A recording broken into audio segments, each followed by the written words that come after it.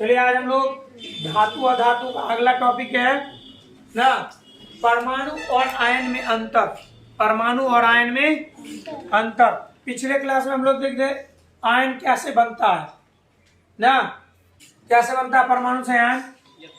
Electron त्याग या जोर से बोलो। हाँ, अभी हम दोनों में अंतर पढ़ेंगे, क्या अंतर है। तो पहला अंतर जो हम लिए, सोडियम परमाणु और सोडियम आयन। सोडियम धातु है तो ये कौन सा आयन बनाएगा, धन आयन की ऋण आयन?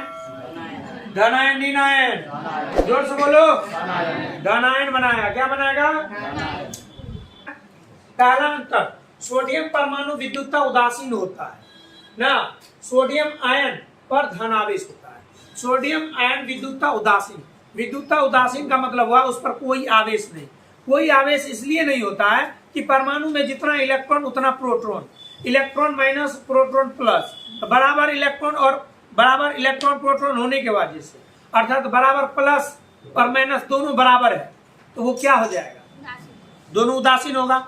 ना तो प्लस का प्रभाव रहेगा ना तो माइनस का प्रभाव। तो परमाणु उदासीन क्यों होता, समझ में आया? क्योंकि उसमें माइनस और प्लस की संख्या क्या होती है, बराबर, एक दूसरे के प्रभाव को निरस्त कर देते हैं। क्या कर देते हैं? निरस्त। बात समझ में आ गया?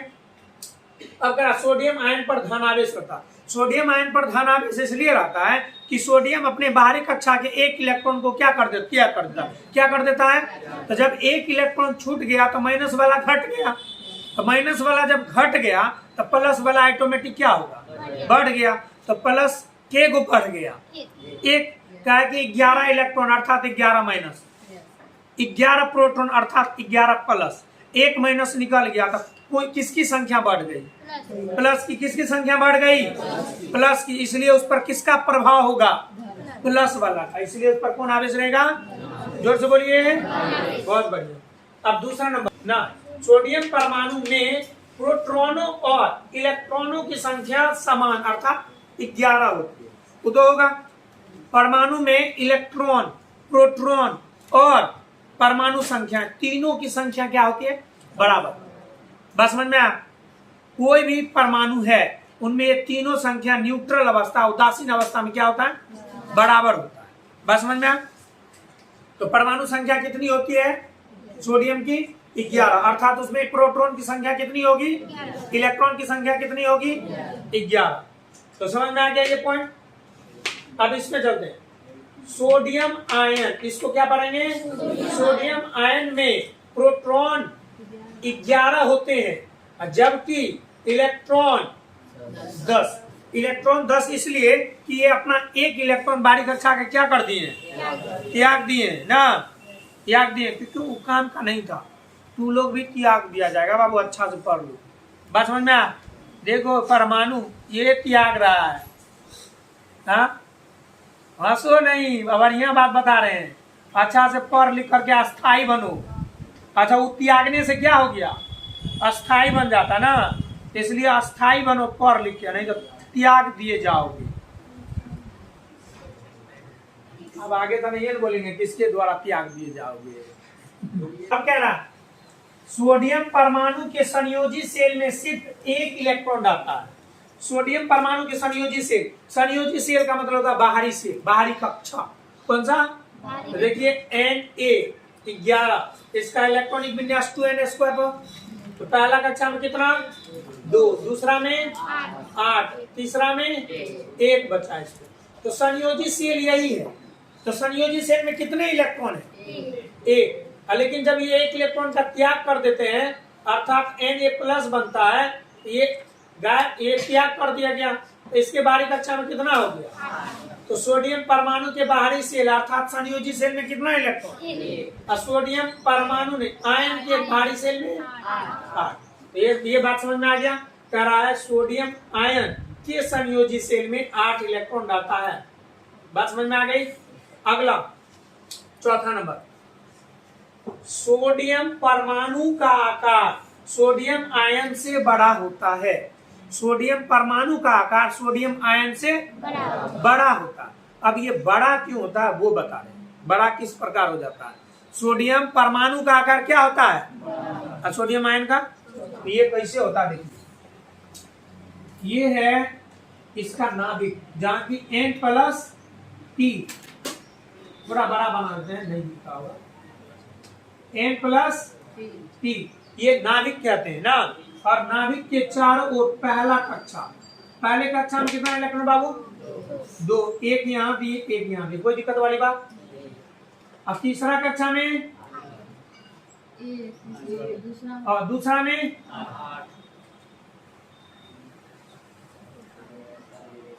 8 इलेक्ट्रॉन। अब तीसरा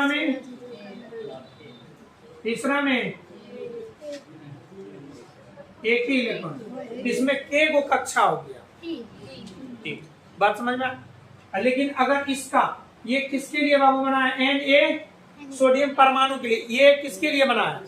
अब हम सोडियम आयन के लिए फिगर बना रहे हैं। यहाँ भी N+T कहाँ होगा? केंद्र में कौन है? नाभिक हुआ। अब पहला कक्षा में, इसकी भी पहला कक्षा में कितना है बाबू? 2, एक और। अब दूसरा कक्षा में कितना है? दूसरा कक्षा में कितना है?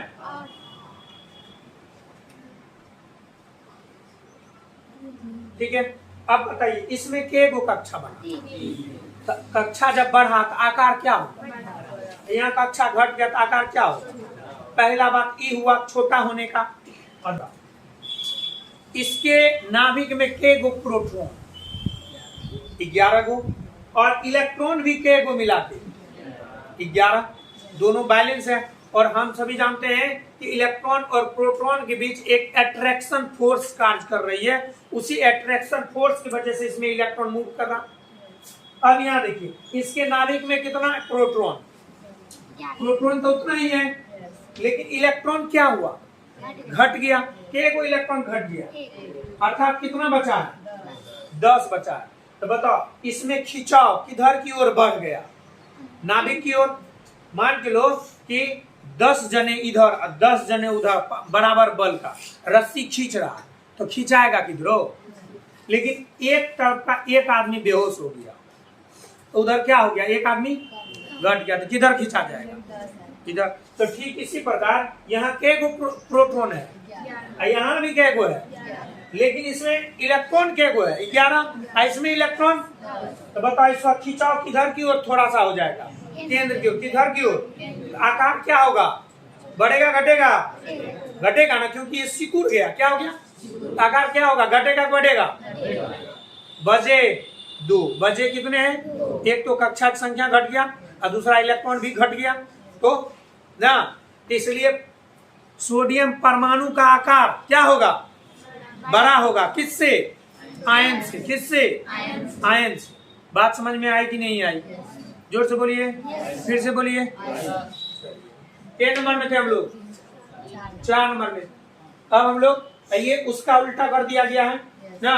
सोडियम आयन का आकार सोडियम परमाणु से छोटा, जब उधर बड़ा है तो छोटा होगा ही।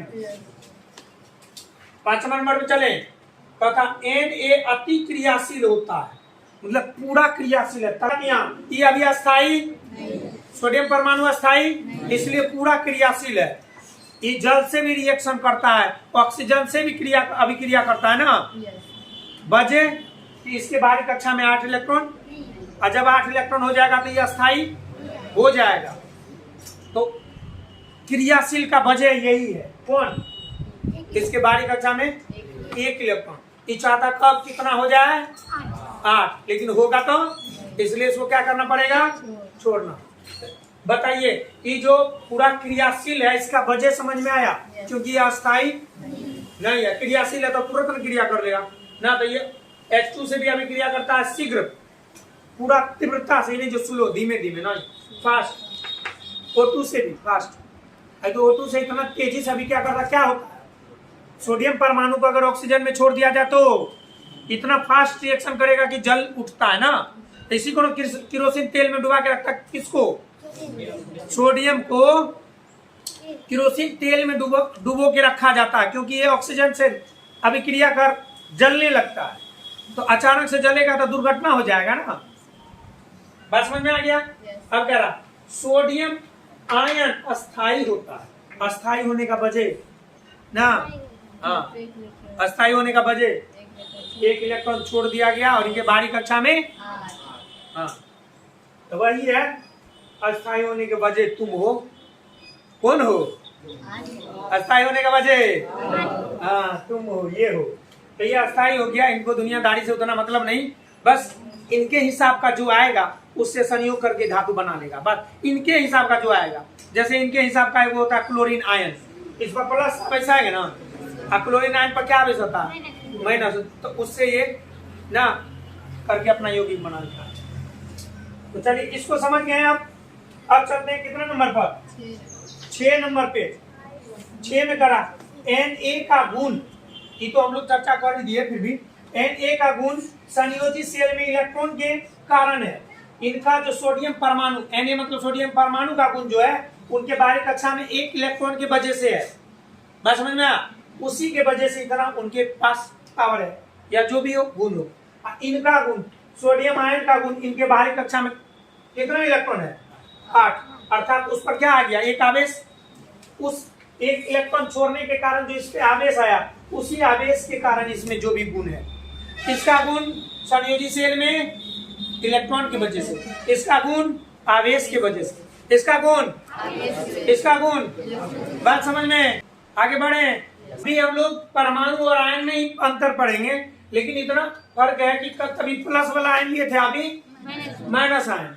तो माइनस आयन तो बहुत सारा है, तो इसमें हम लोग एक एग्जांपल के तौर पर लिए क्लोरीन परमाणु और क्लोरीन आयन, जिसको क्लोराइड आयन कहते हैं। तो ठीक है, इसको पढ़ते हैं। तो पहले समझ लीजिए, क्लोरीन परमाणु ना उदासीन होता है। उदासीन इसलिए होता है कि उनमें इलेक्ट्रॉन और प्रोटॉन की संख्या क्या होती है? बराबर। तो क्लोरीन के बाहरी कक्षा में कितने इलेक्ट्रॉन? 7, और उनको कितना चाहिए? 1। तो वो एक किसी से ग्रहण कर लेते हैं ना, और वो ऋण आयन में परिवर्तित हो जाते हैं, तभी वो अस्थायी हो जाते हैं। तो फिर दोनों के गुण में अंतर होगा ना रे। पहले लड़का होता है, और जब उसका शादी हो गया तो वो हस्बैंड हो जाता है, तो बदलाव आता है कि नहीं? पहले बहुत हंसता है, बाद में हंसी पर बेंड हो जाता है, पहला अंतर। बस में तो उसी तरह यहाँ भी पहले ही परमाणु है, अब आयन हो गया था, तब देखेंगे क्या क्या अंतर हुआ। बात समझ में आया? तो अंतर समझ में आ रहा ना? तू लोग में कुछ दिन के बाद अंतर दिखेगा। तो चलिए, पहला क्लोरीन परमाणु विद्युतता उदासीन होते हैं। क्लोरीन परमाणु विद्युतता उदासीन, एकदम इस पर न प्लस का प्रभाव न माइनस का प्रभाव। अब करा क्लोराइड आयन पर ऋण आवेश रहता है। ऋण आवेश का वजह इलेक्ट्रॉन का ग्रहण, वजह इलेक्ट्रॉन ग्रहण का वजह बाहरी कक्षा में 7 इलेक्ट्रॉन का होना ना। चलिए दूसरा, क्लोरीन परमाणु में प्रोटॉनों और इलेक्ट्रॉनों की संख्याएं समान रहती है, अर्थात 17 प्रोटॉन और 17 इलेक्ट्रॉन। समझ में आ गया? दोनों की संख्या बराबर है। अब क्लोराइड आयन, क्लोराइड आयन में प्रोटॉनों की संख्या कितनी? 17, जबकि इलेक्ट्रॉनों की संख्या 18 हो जाती, क्योंकि इसमें एक इलेक्ट्रॉन बाहर से आ जाता है। बात समझ में आ गया? अब तीसरा, क्लोरीन परमाणु के संयोजी सेल में 7 इलेक्ट्रॉन रहते हैं। देखिए Cl है, ये 17 होता है ना, 2, 8, 7। अगर हम लोग Cl माइनस का इलेक्ट्रॉनिक विन्यास बनाए, Cl माइनस का क्या हो जाएगा? 2, 8 ना। तो बताइए इसके बाहरी कक्षा में कितना? अर्थात संयोजी सेल में कितने इलेक्ट्रॉन? और इसको संयोजी इलेक्ट्रॉन कहते हैं। कौन सा इलेक्ट्रॉन?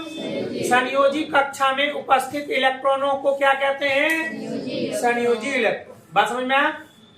और क्लोराइड आयन के संयोजी सेल में कितने इलेक्ट्रॉन? 8।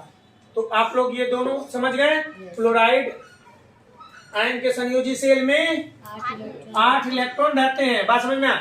अब ये अस्थाई, ये वाला जो है ना अस्थाई, परमाणु रूप में परमाणु अस्थाई होता है, उसे अस्थाई होने के लिए ऑक्टेट पूरा करना पड़ता है।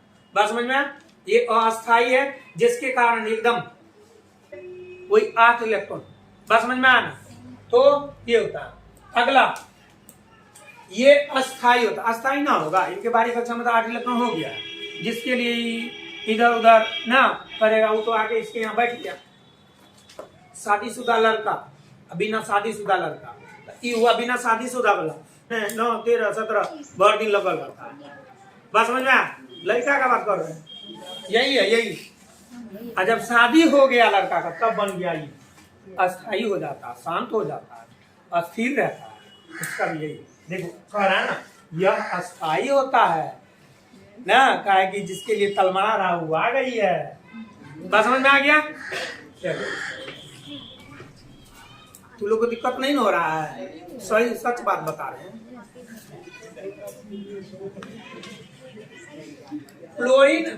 क्लोरीन का आकार, क्लोरीन परमाणु का आकार देखो, क्लोरीन परमाणु का आकार क्लोराइड आयन के आकार से छोटा होता है। इसमें छोटा इसलिए हो गया क्योंकि इनके बाहरी कक्षा में इलेक्ट्रॉन की संख्या बढ़ गई, तो कक्षा का तनाव बाहर की ओर बढ़ा के अंदर की ओर, बाहर की ओर, तो क्या होगा?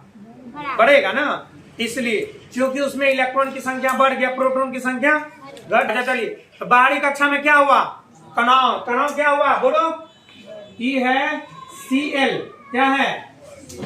ई है Cl माइनस, इनमें 1 2 और 3, इसमें भी है क्या गो? 3 गो, लेकिन यहाँ 7 ही है। बाहरी कक्षा में कितना? इसके बाहरी कक्षा में कितना? तो खिंचाव क्या हुआ? बढ़ गया। तो बाहर की ओर खिंचाव बढ़ गया तो थोड़ा आकार क्या होगा? बढ़ेगा। बात समझ में आया? तो इसका उल्टा ना, ये क्लोराइड आयन का आकार क्लोरीन परमाणु के आकार से क्या होगा? बड़ा होगा। अगला पर चलते हैं। कह रहा यह क्रियाशील है, तो रहेगा ही ना, क्रियाशील नहीं रहता तो कोई पूछेगा बाबू रे? क्रियाशील इसका मजबूरी है, इसलिए इधर अब क्रियाशील काय के लिए क्रियाशील रहेगा ना। चलिए अगला, इसमें कह रहा है क्लोरीन परमाणु का गुण संयोजित सेल में इलेक्ट्रॉन की वजह से होता है। इसका जो गुण है इसके वजह से, और इसका जो गुण है इसके वजह से। बस समझ में आया? तो इसलिए इसमें कहा गया है क्लोराइड आयन का जो गुण है उसमें आवेश की वजह से। क्या समझ पाए? कोई क्वेश्चन नहीं ना? चलिए आज का क्लास इतना ही ना, मिलते हैं अगले क्लास में।